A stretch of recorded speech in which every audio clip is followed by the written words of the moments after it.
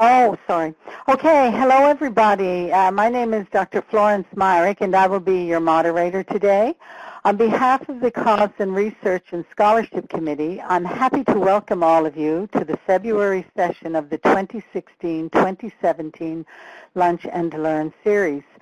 I'm sure many of us are familiar with the concept of the Lunch and Learn, wherein faculty members come together during their lunch hour to share with one another projects they are working on and to dialogue and discuss methodologies, successes, and challenges they encounter in their work. This webinar series is intended to serve as an inspiration and a networking opportunity for participants while recreating the collegial feel of the Lunch and Learn. In this fifth session of the 2016-2017 series, we will hear from Dr. Marilyn McDonald, Associate Director of the Graduate Studies and Professor at the School of Nursing at Dalhousie University. Marilyn will be sharing with us today her experiences of working with community partners on research projects, specifically a project she has undertaken recently related to home support worker safety. Marilyn will provide us with an overview of her project and how it relates to today's theme, and then we will have time for questions. To submit a question for Marilyn, please use the chat function on your screen. Once you have finished typing your question, please don't forget to hit send. I will now turn the session over to Marilyn so we can begin. Marilyn? Okay, hello everyone, and welcome to today's session. It's my pleasure to be able to spend some time with you. And I'm going to, as you'll notice, I only have probably 4 or 5 slides, so it's largely a conversation that I'm initiating with all of you. And also, I want to share with you my experience. And although I'm certainly not new to nursing, I'm relatively new to the academy, coming about 10 years ago.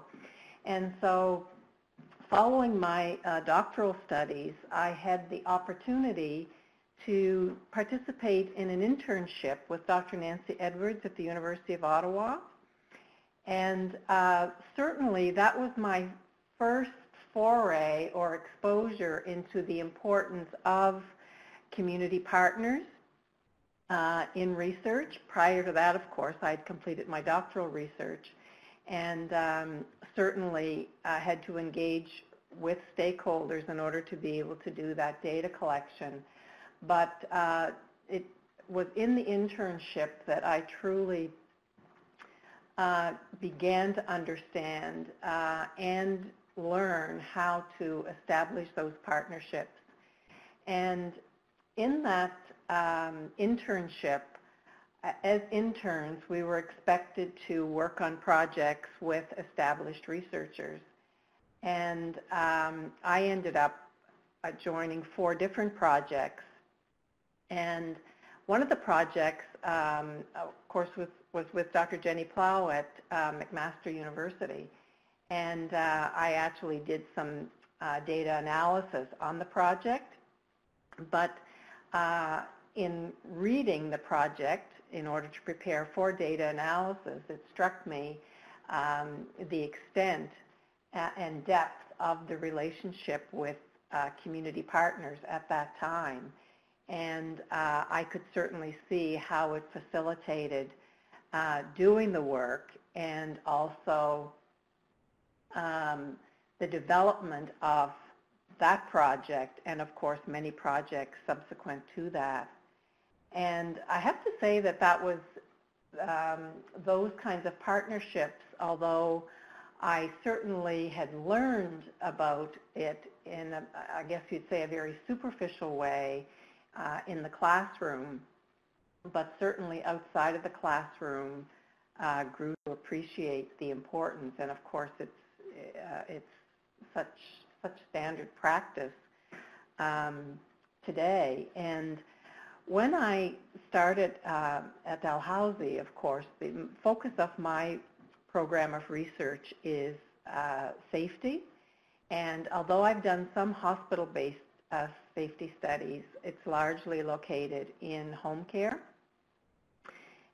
Safety, broadly speaking, it could be medication-related safety. It could be the safety of those involved in delivery of home care as well as the recipients of home care. So the entire landscape. And I had the opportunity shortly after coming to Dalhousie, the Canadian Patient Safety Institute, they had put out a call for individuals interested in being part of a team to initiate some exploratory studies to map the landscape of safety in the home care setting in Canada. And so I responded to the call and ended up joining a group of probably 10 individuals from across the country interested in this same topic. And so we did a number of preliminary studies, and of course, those studies consisted of largely interviews with stakeholders as well as recipients of home care. And that project led to the eventual call for a pan-Canadian safety and home care study. And so the team that formed initially submitted proposal to that call, and it was a successful one. And that was, I would say, a real turning point in certainly the extent to which I was involved with community partners. And that study, we had, for example, Accreditation Canada was one of our partners. And as you can appreciate, since we were looking at safety in home care for the entire country, we knew that whatever we found would definitely need to be taken up and appear in any standards set related to home care in the country. So a natural partnership, of course, was with Accreditation Canada. We also had the Canadian Home Care Association as a partner. We had, I believe, 4 or 5 ministries of health that partnered with us on that study. And of course, we had researchers from, I believe, 7 jurisdictions across the country. So it was a very large team, but a very,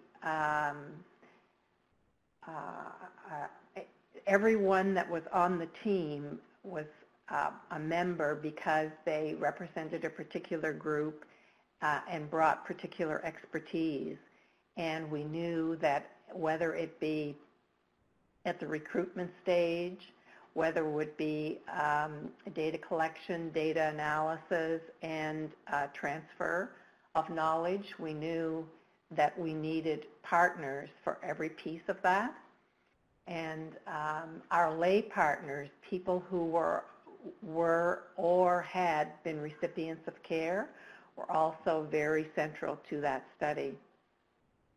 And so it certainly was not, it was definitely by design when we put that proposal together. It was very strategically structured so that everyone with a stake in home care in the country knew about the study and had an opportunity to be able to be part of that team. And as the study unfolds, then all of those individuals know exactly the state of the knowledge that's being generated and can be extremely helpful for not only every aspect of the study, but for maximizing the opportunity for uptake of what's discovered in doing studies. And so having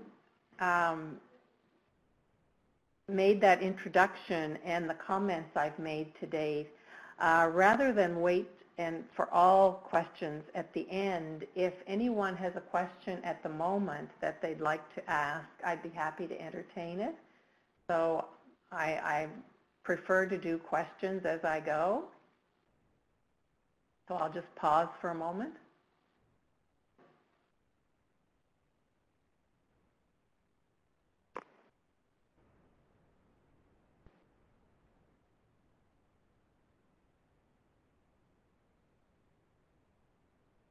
Okay, not hearing any. I'll continue on. At the same time that I was working on the Pan-Canadian Safety and Home Care Study, I also was conducting a 4-province safety at home study with a focus on medication management. And that study was funded by the Canadian Institutes of Health Research, but it was a Partnerships for Health System Improvement study. And so the only way that study could actually be funded was to have a community partner. And so VON Canada was our community partner, which you can appreciate with their length of their history in the delivery of home care in this country. And so, again, the senior leadership team with VON Canada were part of our the grant application process, every stage of it.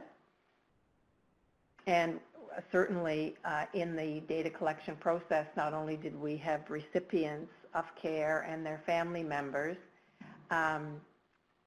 we had representatives on our application as well, and also joined us for each and every part of the work. And that study, we partnered again with Accreditation Canada because we knew that it was very likely that information that came out of that study would be information that would be important for Accreditation Canada as well as the Canadian Home Care Association.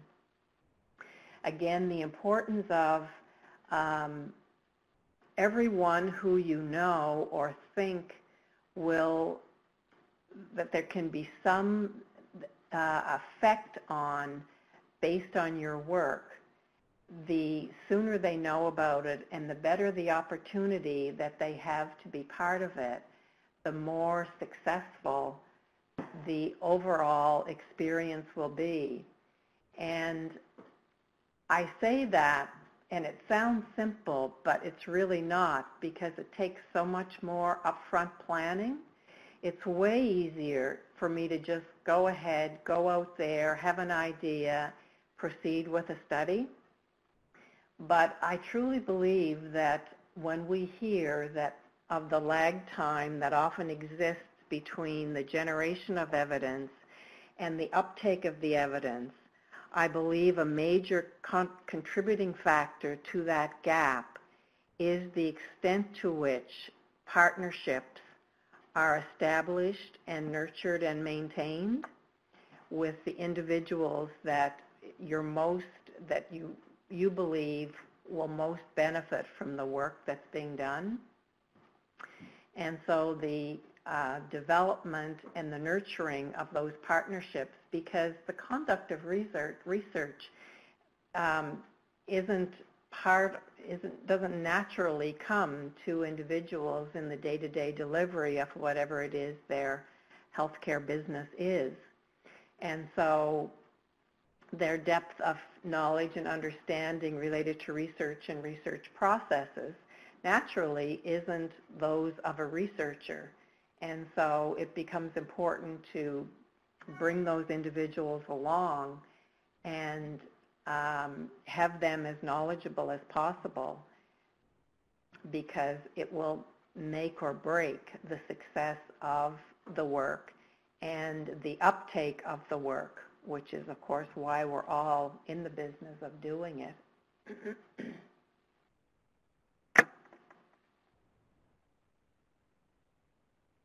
I'll move a slide here, I guess. Okay. So this first slide here speaks to the most recent partnership that I had. And this was a really interesting, there's always a story or a journey that takes us to various pieces of work. And how I ended up doing this review was probably 2 years previous to the work, I was contacted by a home care delivery organization here in Nova Scotia, and they were interested in the health and well-being of their home support workers.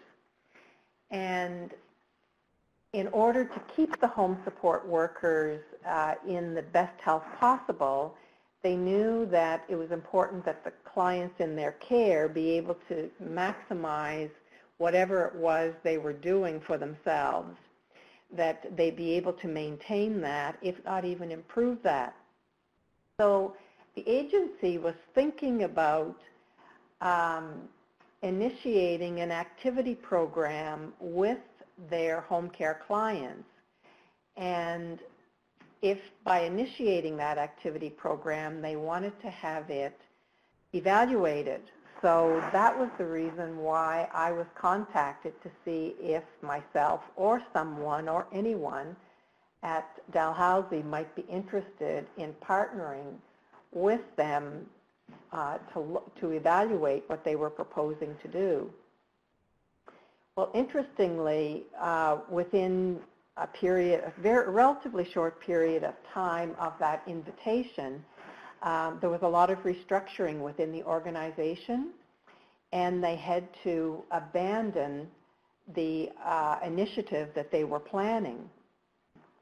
But because that organization, naturally, as most organizations with employees do, had good relationship with the Workers' Compensation Board of Nova Scotia.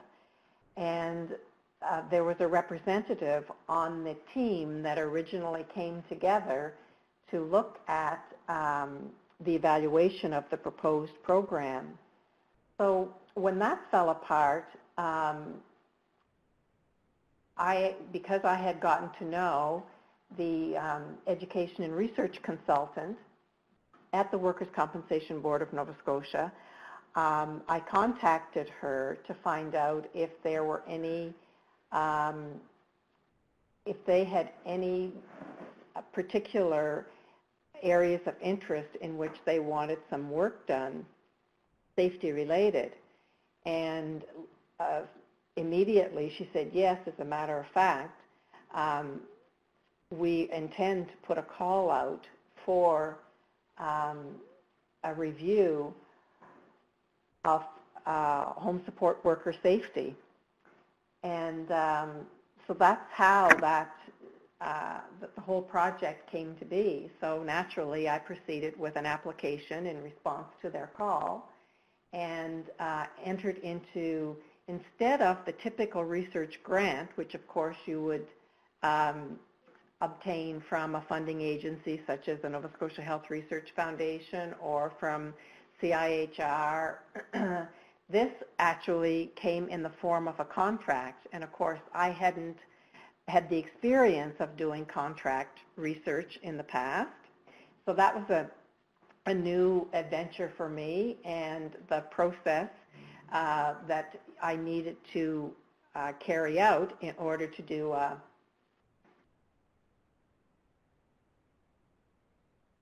so I just I just had an interruption at the door, so I need to collect my thoughts and get back on topic here.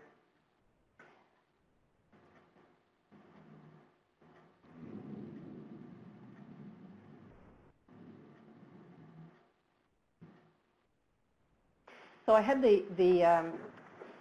a considerable amount of learning in terms of conducting, doing contract work as opposed to obtaining a regular grant. But that was not, it took a bit of time, but certainly wasn't painful, and it was a new process, and also opened my thoughts and mind up to future opportunities for contract work as opposed to traditional grant applications. the rigor and what's required, certainly they're both equivalent, but doing contract work is slightly different to what I was used to. And we maintained regular contact throughout the period of time in which the work was being done. And my contact, of course, was with the education and research consultant. And from that, naturally, a report was requested and submitted at the end of the grant period, the contract period. And the manuscript that was generated from it is currently under review with the Canadian Journal on Aging. And there's a subsequent one that I have an outline for. That's as far as I've gotten so far. And I've also presented the work, as you can see, at both the Canadian Association of Gerontology Conference and the Canadian Home Care Association this past fall in Montreal and in Vancouver. So I would certainly, anytime you have any opportunity, because we all know that there's a number of funding challenges, and yet surprisingly, there are a number of organizations in your community that have research and development funds. They don't tend necessarily to be large amounts of money. For example, this review that I did, the funding I received was $15,000, but that $15,000 was certainly adequate for me to be able to do the work. And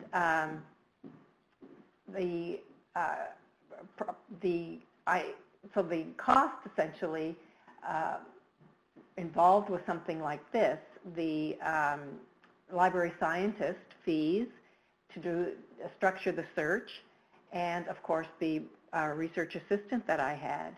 And we had 12 months to complete the work, and it was certainly doable within that window of time. So I would, and that's the other thing, is when you look beyond where we traditionally look, you will find funding opportunities, but it will also bring you into partnerships that you would not necessarily have thought of or entered into, but yet can be very, very fruitful for all involved, because on the academic side, certainly all of us want to keep our productivity reasonably high, and our writing as well. And on the partnership side, the partner always has a knowledge need, and they're quite open to, much more so than I may have believed, to the opportunity to be able to work with individuals in the academic realm.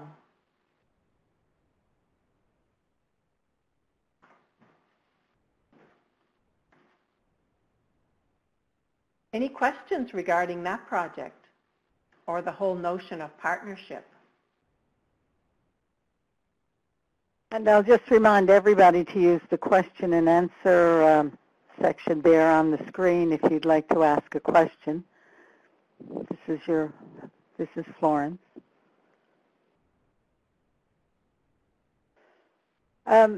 Marilyn, while we're waiting for others to generate some questions, I guess one of the questions I'd like to put out there in terms of establishing those connections within the community, what would be some of the tips you would give, particularly new researchers, in terms of establishing those contacts so they can pursue some more long-term research relationships and that kind of thing with them?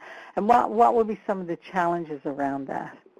Well, so one of the tips that I received, and that was when I started and did that internship with Nancy Edwards, was that since my focus was in home care, that I actually establish myself, get a network within that partnership, within that partner, And that was very sound advice because during and following the internship, I connected naturally initially with VON, but certainly extended that beyond VON to other agencies providing home care in the greater Halifax area, and maintained contact with them on a regular basis, and also would offer to assist with learning opportunities for them if they felt they needed some sort of resource that maybe I could help with. And so 2 agencies in particular, I ended up actually working with them, probably giving them, I'm going to say, the equivalent of probably a day a month of my time. And the activities could be varied. Sometimes they had asked me to provide particular information on a topic. Other times they may have been in the process of doing some development work around a guideline or a policy and asked if I would act as a consultant to the work that they were doing. And so I found that really cemented, that there was a trust and a relationship that was built with those 2 agencies. And so it was very natural thereafter that if they had something they wanted examined or studied, or if I had a grant submission opportunity, then I had that relationship. And so being able to build that application, that grant application, it just was so smooth. And not only that, but when you're actually writing into your application how you're partnering, the nature of that partnership, when it's well established and working, that comes across very clearly in an application. And I believe that reviewers, they can see the difference between an application where you had to hurry and find someone because this opportunity came up versus ongoing fluid partnership. Right. And just by way of interest, I'm sure some of the audience would know this, but in terms of this home support worker and home care, 70% of what's provided with respect to home care falls into that care that's provided by a home support, I'm saying home support worker. The name can vary by jurisdiction. So, and I'm speaking of publicly funded care in the home. So there's a large population of these individuals, and their injury rates, not only for them, but for healthcare workers in general, is very, very high. And so the interest in any ways to address home support worker safety or that of healthcare providers in general, the interest is certainly high. And as you can appreciate, people's homes aren't set up in a standard way so that equipment that can be used in an institution, sometimes you can use it in a home, sometimes spaces and places in a home just won't allow it. And so whatever I may have learned is the best technique for doing certain activities, I may not be able to exercise that technique in the setting, in the home care setting. So it does present some unique challenges. Now, the next slide there, and that again, in my opening comments, I addressed what's on this slide, which was the Pan-Canadian Safety and Home Care Study.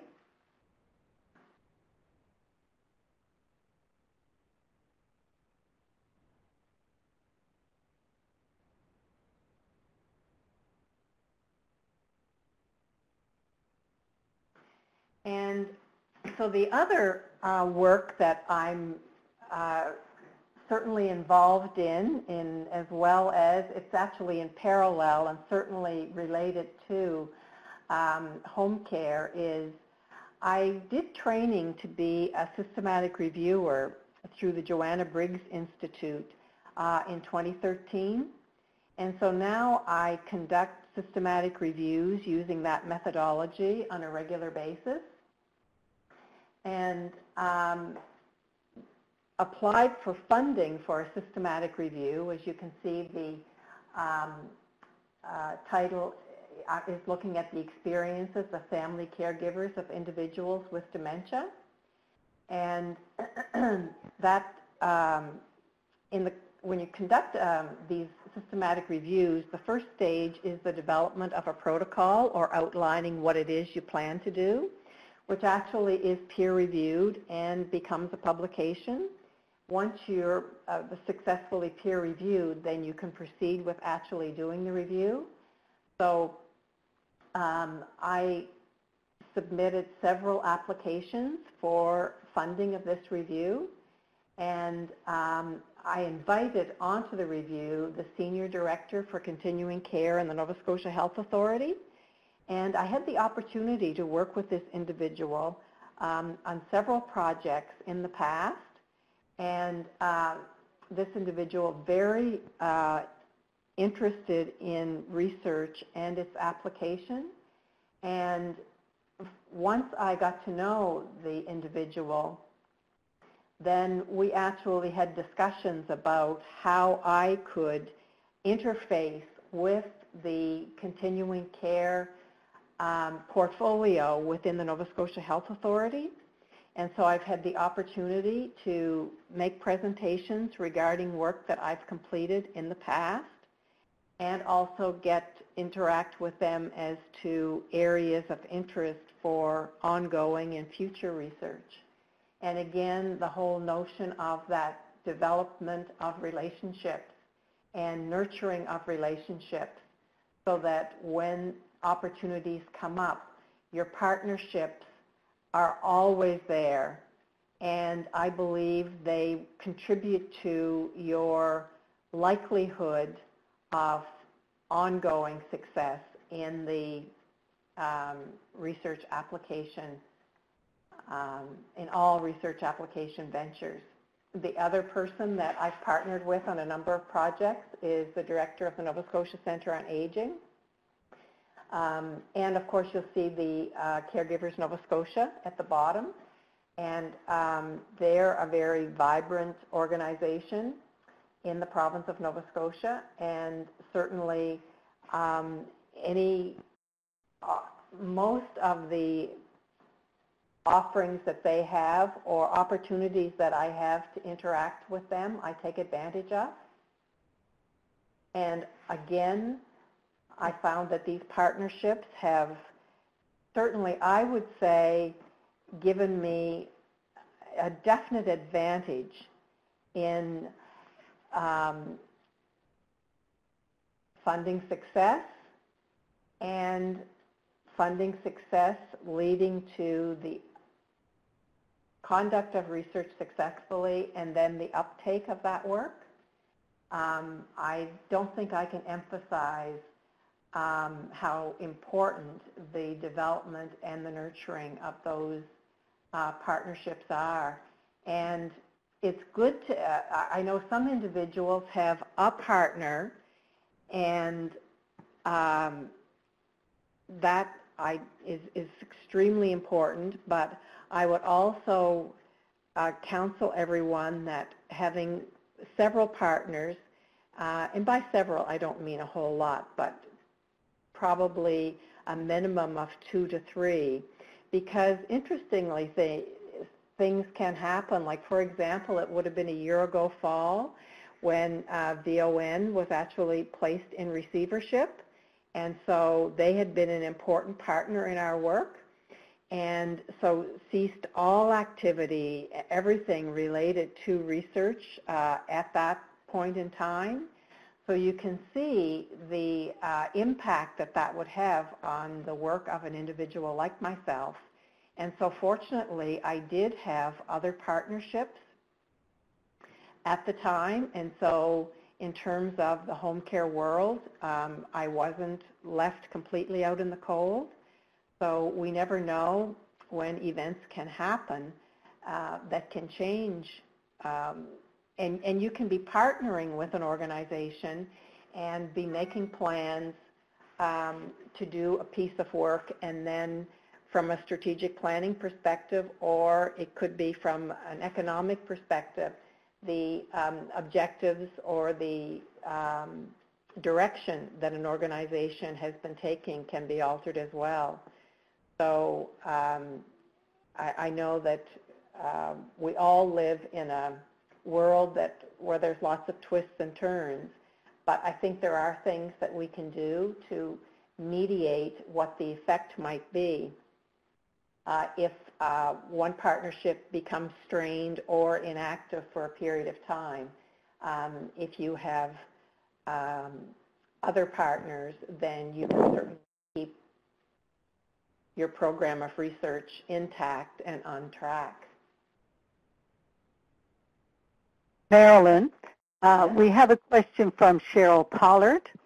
And Cheryl is asking, as you were obtaining contract dollars, did you manage these funds yourself, or were they vetted to the university? Well, the university certainly had to approve the contract, so it was university legal who I worked with in order to reach the university and the partner. Both had to sign off on the contract. So that was the university involvement. And so the funds went from the partner to the university, but then once they were dropped at the university, it became my responsibility to manage them from there on.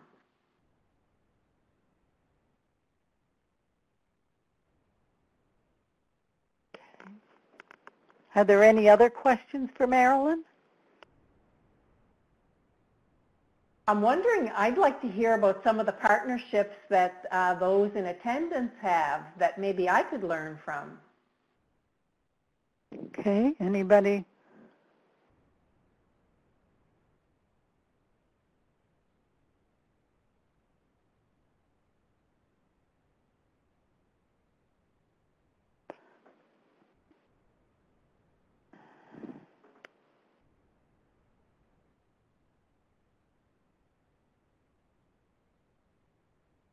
No responses.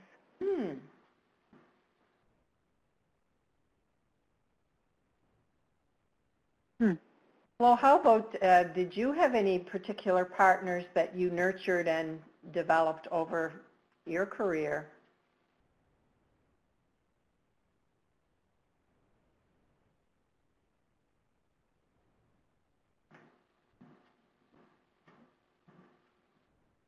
A question coming in from Cheryl again. Mm-hmm. Okay.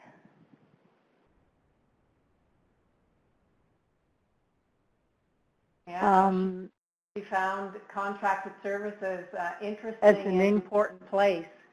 And I would certainly agree with that.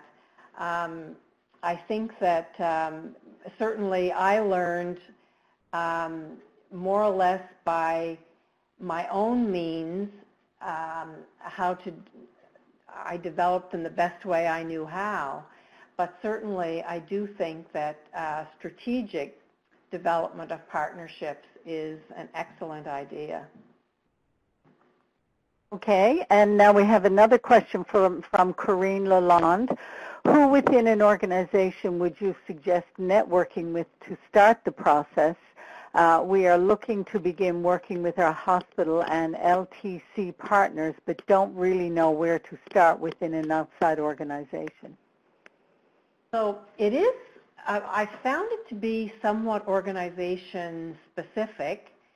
For example, this summer I met with there was a provincial, actually they're probably a national home care organization, but certainly the person responsible for operations here in Nova Scotia, I was I wasn't sure who would be the best individual for me to work with.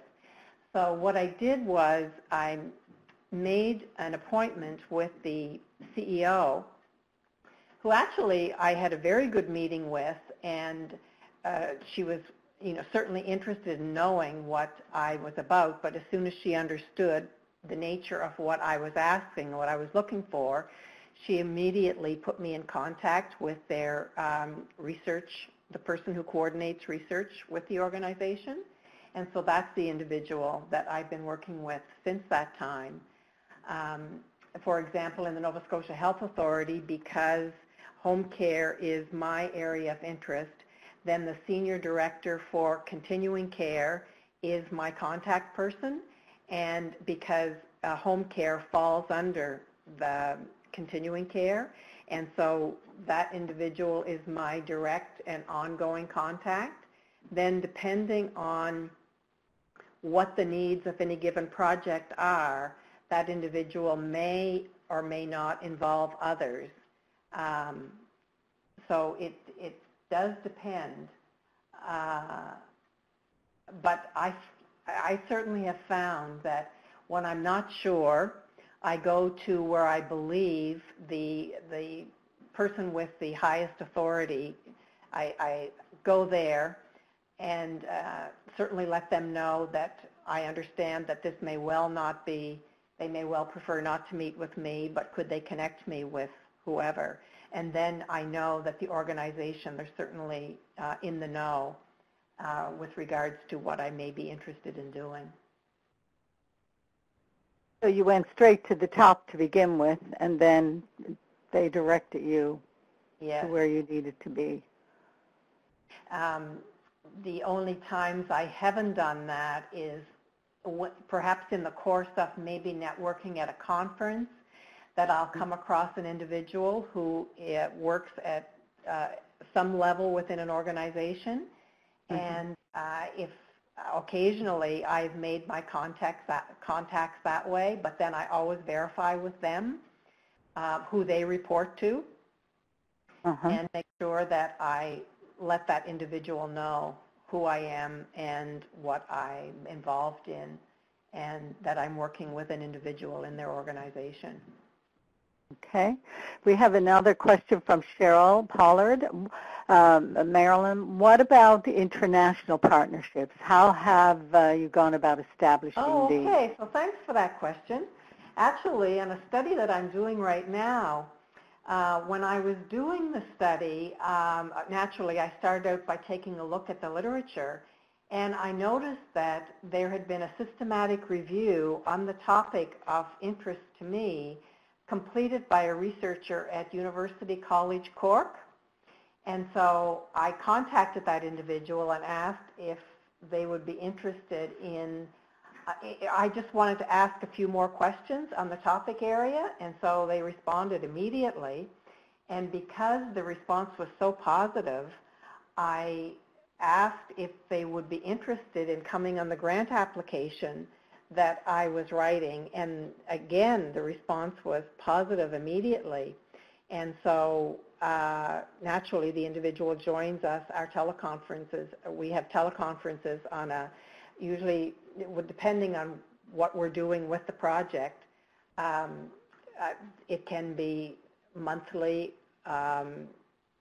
usually monthly, and it's worked out very, very nicely. So that's Cork, Ireland. Yes. So basically you're saying when you read research from other parts of the world, we'll say, and you see the author or authors thereof of the particular study or project, a nice way to connect with them is to simply email and set up some kind of an initial contact, and who knows where it may take you. As in your case, you're now participating in an international research from an international perspective. Yes.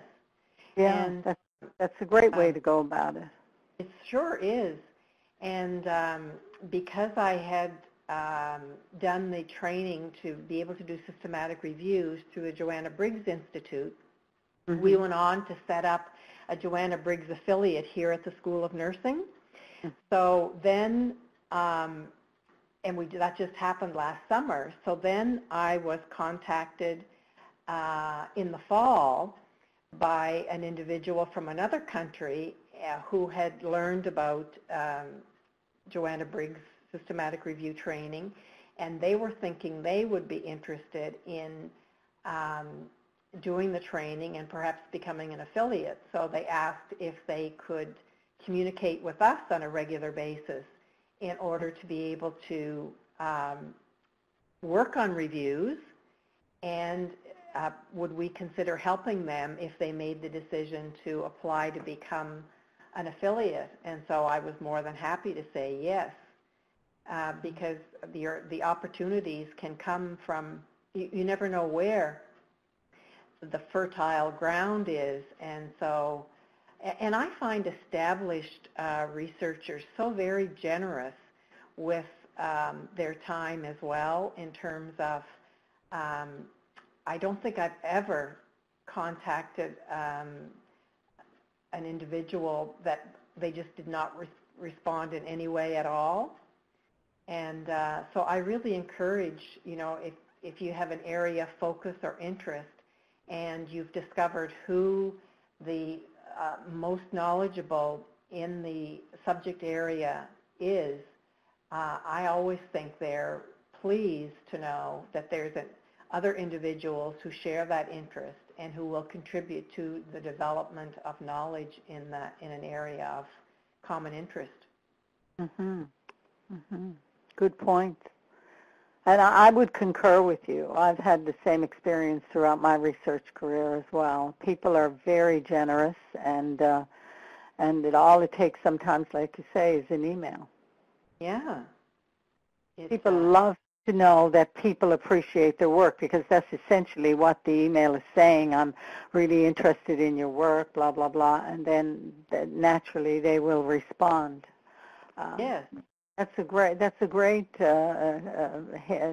tip to give our participants. Now we have another question from Julia, and she's asking, what is the best way to make a community partner feel engaged in an academic project if they're not from academia themselves? That's an excellent question. Yeah, it sure is.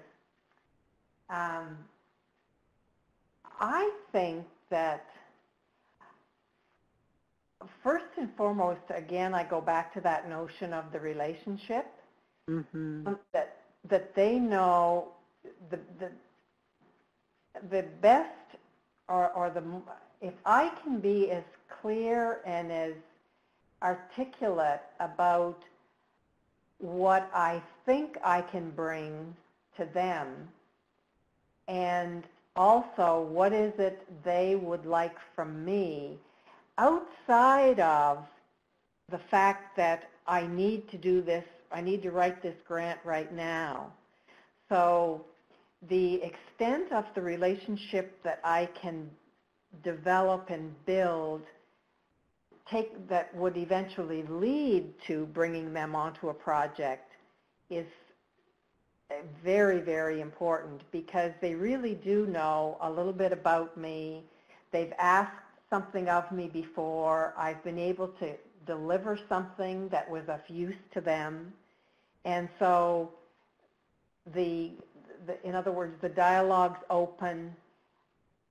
It's the sort of thing where you can pick up the phone or drop an email, and when they realize that it's you, okay, it's just the willingness is there, and they're going to help you as best they can, because a lot of the opportunities we get, the timelines aren't necessarily long to turn around. And so if I need something from them, I need to have been able to have brought them along in such a way that they have some knowledge of the research granting process, and that when calls come out, how quickly you have to be able to put the group together and what the expectations are going to be of this group that comes together. Because all of us have put together those applications, and you're pulling your hair out at the um, last hours before something is due, when you realize that really if I had paved the way ahead of time, then what I needed would have been much less painful to get. So in terms of my ability to help them understand the research granting process, the success I have in transmitting that is key.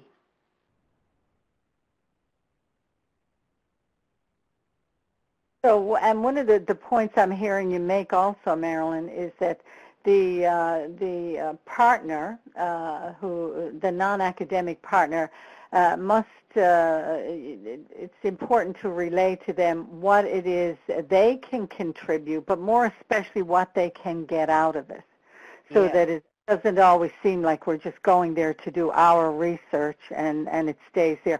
How does it benefit the whole system and the part that we can play in a stronger way as partners as opposed to isolated in our different genres? So very, very important comment.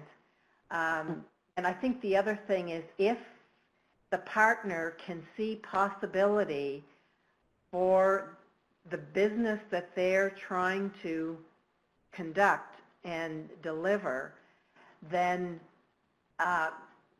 you know that they will be engaged and stay engaged, because it's almost like they have a stake in the work. They can see that if we could only get this grant happening, we'll be able to show X, Y, and Z, and we've been trying to do that since we don't know when, and maybe this will be what it takes to make that happen. Okay. Now we have one last question. I'm looking at the time here. We have another 5-6 minutes. And we have a very, I think, a very pertinent question from Longine, who asks, since community organizations do not focus on research, their staff may have to use their own time to participate in research and ask for compensation of their time. Did you have that particular experience? And if so, how did you actually handle it? Yes, another good question, and I definitely encountered that experience. And fortunately, for the most part, I was able to, the individuals who helped me, the organization was agreeable to them incorporating it into their day. So essentially, if I needed time from an individual, sometimes I had to get it over a period. Maybe I got it in 20-minute increments, as opposed to maybe if I wanted an hour of their time or 2 hours of their time. So it became being very creative about getting the assistance that I needed.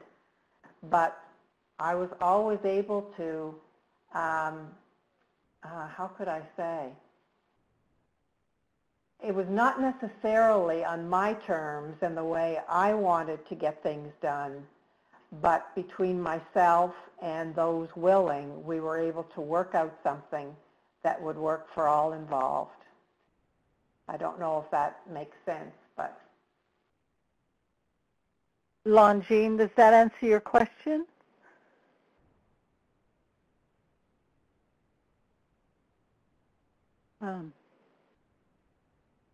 Not sure if she can hear me. Yes. Yes. Yes. Saying yes. Does answer. Okay. So really what you're saying, what I'm hearing you say then is that you leave the door open, or you open the door for how they would like to deal with it and how they would like to manage it, as opposed to going in there and saying this is how we're going to do such and such and this amount of time, when instead you're asking for their authentic participation, really, is what we're saying here, and following what they need as much as what you need in terms of that time, and being sensitive to the fact that it is on their own time. And the other thing that I had reasonable success was I always ask if I can attend staff meetings, if they'll make me an agenda item. And not just when I need someone or something, but if I can be a standing agenda item. And so making myself available, and I can do this by dial-in. And so when it comes to my turn on the agenda, I usually always try and furnish them with some information about something that I know is relevant, and they may have expressed interest in at some past time. So in other words, creating I guess serving as a reminder that as you pointed out earlier, Flo, that I'm not just there to take all the time, that I really am providing them with something on an ongoing basis, so that when I do make a direct ask, there's not a sense of that I haven't contributed in any way and that we're not partnering. I think it's the authenticity piece again. Yes. Yeah, authentic involvement and not just, yeah. Okay, well, I think looking at the time that we'll stop here, and I want to thank you so much, Marilyn. We've had, I think, some really good questions posed here today during your presentation. And you certainly left people with some good food for thought and some good advice, I think, especially for new researchers who need to get established. We know what a challenge it can be sometimes.